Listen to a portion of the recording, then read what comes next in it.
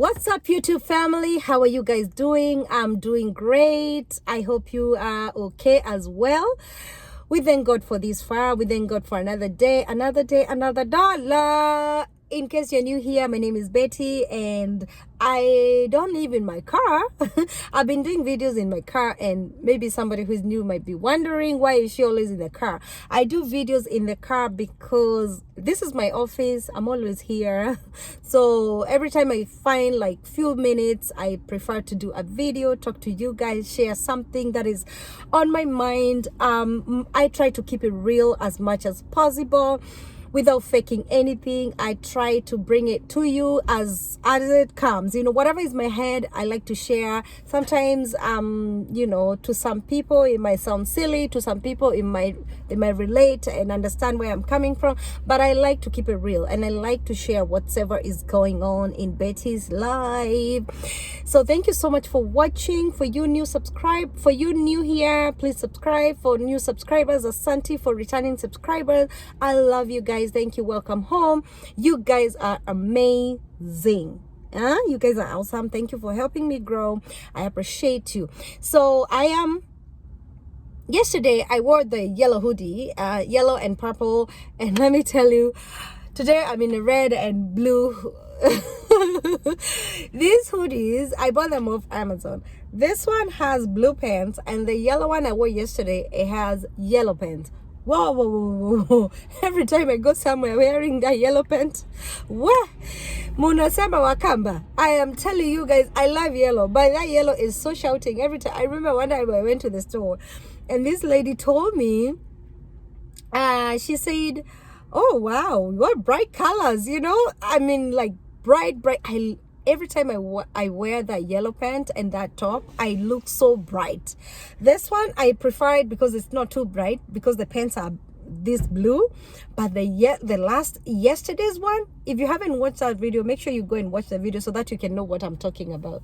So yeah, these ones, they're very nice and warm. I like them, you know, it's matching pants and top. I bought them from Amazon. Sometimes you just look up stuff online and yeah. Anyway, that is not what brought me here. What brought me here is talking to you about different cultures, how things are done here different from the way we are used to doing it back home. Sometimes we copy, sometimes we don't. Some cultures we copy and we feel like, oh, this is good and it's making life easier, and some of the cultures we don't. We stick to our old habits. I remember one time I went to the store and I bought a lot of tomatoes. You know how we are used to cooking food and putting tomatoes. And for me, when I go to the store, I buy a whole bag of tomatoes. And this lady at the store was like, oh, are you making tomato soup? And I was like, no, this is for cooking. You realize a lot of Americans, they don't cook and put potato, and not even just Americans. A lot of people, they from other countries, they don't cook and put tomatoes in the soup, in their food. You know, like for me, being typical Kenyan and from the village, I'm used to cooking and putting tomatoes in my meals. Like I would put tomatoes in everything. Oh my God. And carrots and peas and soup, pulling water. Now I want to, it's like people from West Africa, they're used to putting pepper soup, pepper in everything, you know, like they like their food spicy. But for us East African people, we don't really put we don't put pepper, like a lot of pepper, even if we do spicy but not too spicy. But we realize there's some of the things you're used to. Even like for me from back home, I'm used to doing tomatoes, and that is how I was taught. And there is no way I can change that, because I'm used to when I'm making beef stew, I'll put tomatoes. When I'm making spinach, I'll put. Some people don't. They make collard greens or kales or spinach, and they don't even use tomatoes. You know, for me it's different. I have to, you know. And some people love carrots, like for me, and peas and potatoes. You know, I'm a Kikuyu girl. So anyway, guys, that is not the whole point. The whole point is just those culture, those other you know, different cultures, you know, which are like culture shock. And sometimes we copy, as I said. I'll give you one example. And I'll give you a story. Let me make this as a story. Story time. So me, Betty, one time I was hosted at a friend's house, American friends, yes, and husband and wife, they hosted me for a while, and they treated me really nice as their daughter. You know, they could even wash my laundry, they could even wash my clothes, and they were really nice to me, hosting me and being nice to me. So I was, you know, I was their guest, I was their visitor for like 2 weeks. So they washed my clothes and everything. So me being the Kenyan, and that time I was still new in this country, being the Kenyan and my old habit, I used to wash my underwear, like hand wash my underwear. Every time I would go shower, I would hand wash my underwear and hang it up there in the bathroom, not even cover with the towel, because when you cover the underwear with the towel, it will not dry good. So just hang it. And I think the man of the house, because they are older couple, the man of the house was usually the one doing laundry most of the time. So he used to come to my room to get my dirty clothes, and then he realized my underwear is hanged up, you know? And then he would think maybe it's still dirty one. And so this is the story of my missing underwears. So this guy, he could take my underwear from the where I was hanging it, and he could take it, wash it, and then fold with my clothes and put it in the drawers. And for me, because I wash my underwear in the morning, I hanged it, it's missing. So that's why I'm calling it the story of my missing underwear. So every morning I would wake up, shower, wash my underwear, hang it on top. Every evening when I come back, my underwear is missing. Where is my underwear? Hey, the man's name was Luigi. Luigi and your wife, Teresa and Luigi. Where are my underwears? Excuse me. Have you seen my undies? Yeah, they're missing. Yeah, it's been a week. So because of the embarrassment, can you imagine going to a husband and wife asking them about your underwears? You cannot. Me being the Kenyan, the way I'm raised, knowing that an underwear is an embarrassing piece of cloth that you should not even discuss it in front of people. Leave alone now I'm talking to you about underwear. Underwear. Do you know how embarrassing it is to talk about underwears? So anyway, especially being a woman. So, and from, so my underwears were missing every evening, and I was like, I'm almost running out of these underwears, because I lost the yellow one, I lost the pink one, I lost a couple of underwears, and I was like, hey, where are they, my underwears? What is wrong with this house? I started becoming uncomfortable because Luigi is doing the laundry, Teresa is doing the cooking. But now, every time my underwear, I'll hang it in the morning, it's not there. Who do I ask? Do I ask Luigi, who is doing the laundry? Can you imagine going to somebody's husband and asking them about my missing underwear? Me, I will not. So, guys, I remember I only had carried only 6 underwears. And it came to the 5th underwear missing. And now I had 1 more to go. And I decided this underwear, I'm not gonna hang it here, because if I finish with this underwear, I'm done. So I decided I'll wash it, squeeze it with a towel, and wear it back. So Luigi came as usual to get my dirty laundry every time. I don't know why they were doing laundry every day. So Luigi came to pick up my dirty clothes and found out I don't have a dirty underwear. And Luigi was like, okay. He talked to his wife and said, I think she's having a problem. She's out of underwears. And because she's not hanging the underwear out there. And we can't find her dirty underwears. So anyway, Luigi and Teresa, they went shopping. They went to Walmart, and they picked a couple of underwears. So they had to go back to the drawers where the clean ones were, the one they had folded, and check my size, and they brought me the right good size, and they brought me a lot. They brought me like 3 packets, like 4 packets of underwear. And like in this country, when they sell stuff like that, they usually sell them in like 10 in like a packet. They don't sell one. In most cases, they sell like a packet, especially like Walmart. They were like packets of 10, 4 packs. So those are 40 underwears. 40. This is manna from heaven. Ewo.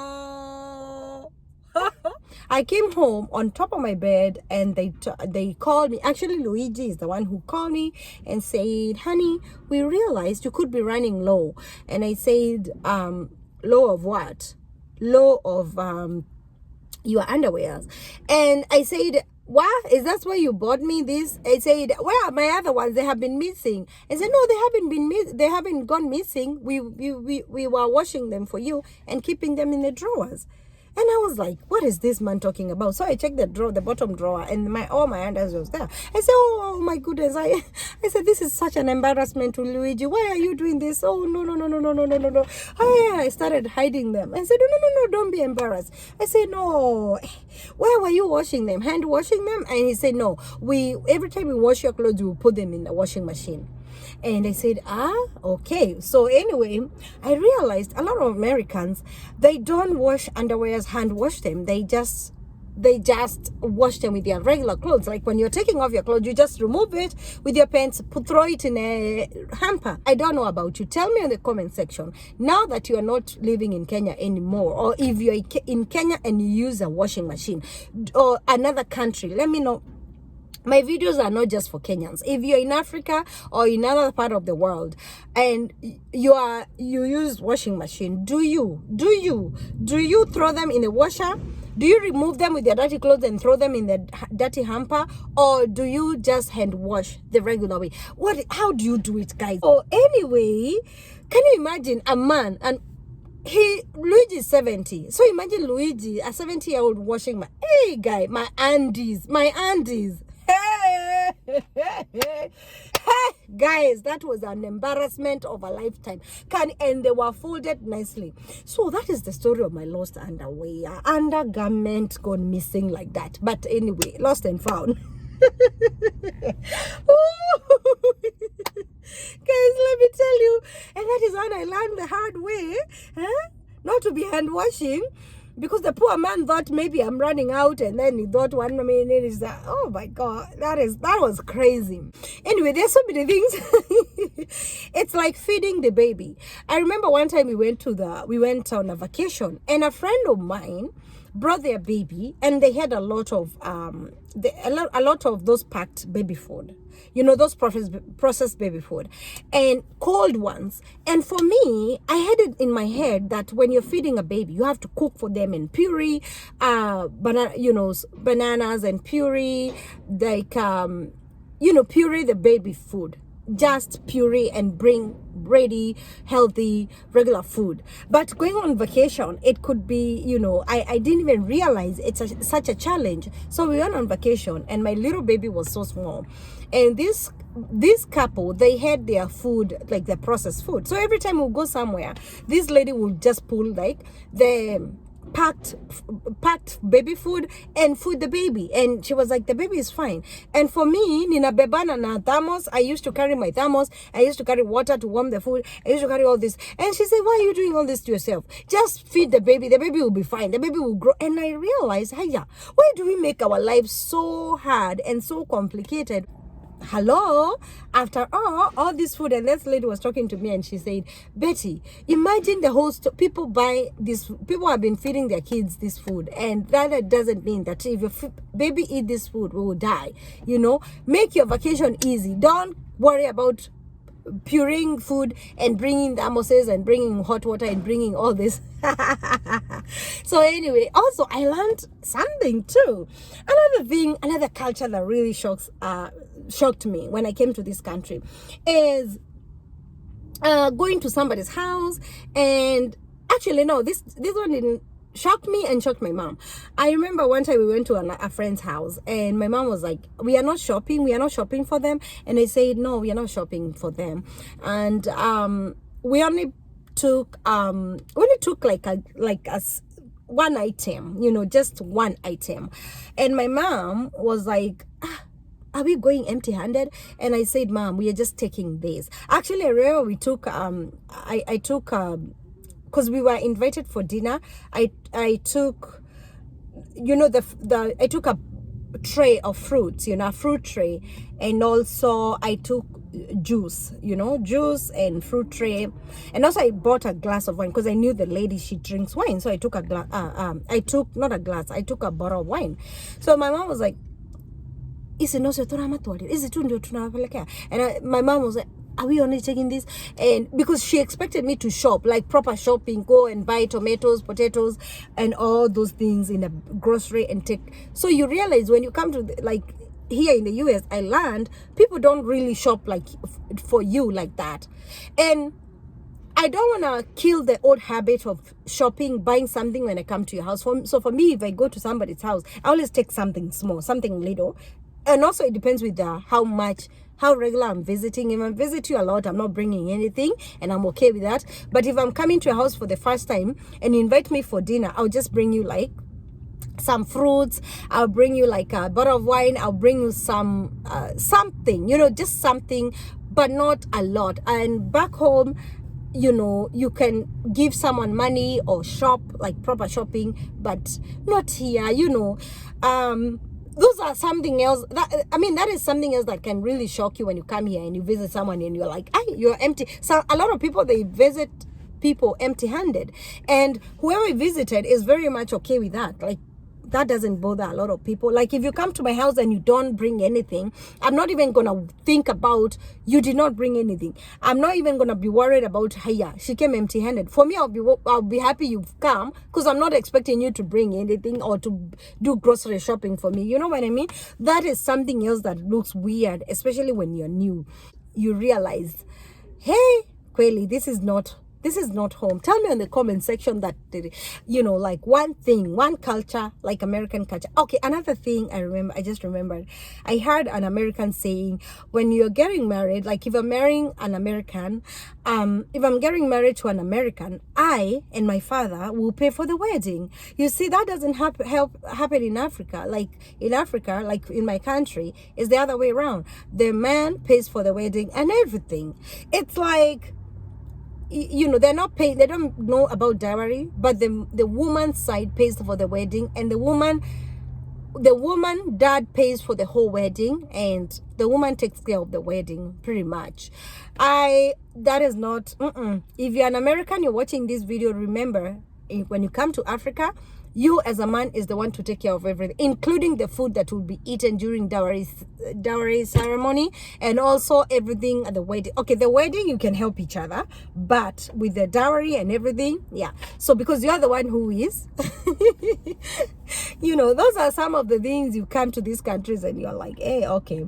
So let me know on the comment section, what is that one thing that really shocked you where you are? Because we are not all in America. Let me know where you are. Even if you go to a different African country or Asia or wherever you are, or you go to United Arabs and wherever you are, just let me know. What is one thing they do that shocks you? Like, I know the people who are in the Arab countries, I'm sure they do things that really shocks.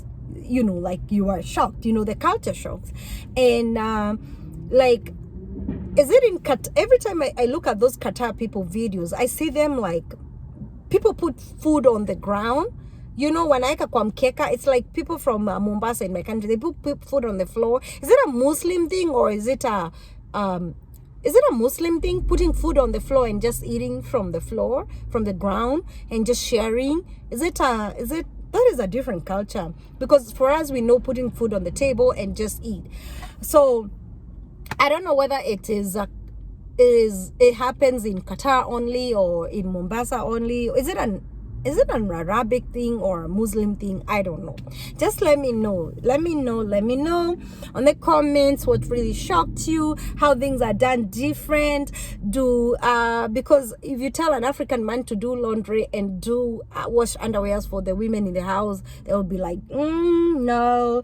And also, a lot of men, they come to these countries and they become very disappointed when they realize they'll be cooking, they'll be cleaning, they'll be vacuuming. There is no more sitting around in the house and putting your legs up and waiting for your wife to do everything. You are the one to do the job. You cook, you clean, you help each other, you change the kids, you change the diapers. Because some men, they have never changed diapers back home. But when they come here, you realize, hey, yeah, your wife has given birth, you are changing diapers. You are the one who is taking care of that baby when the wife is at work. you're helping each other. But some men, they still have that mentality. I had another friend of mine that told me her husband doesn't do house chores because he doesn't believe that a man should do house chores. And I was shocked. I said, not me.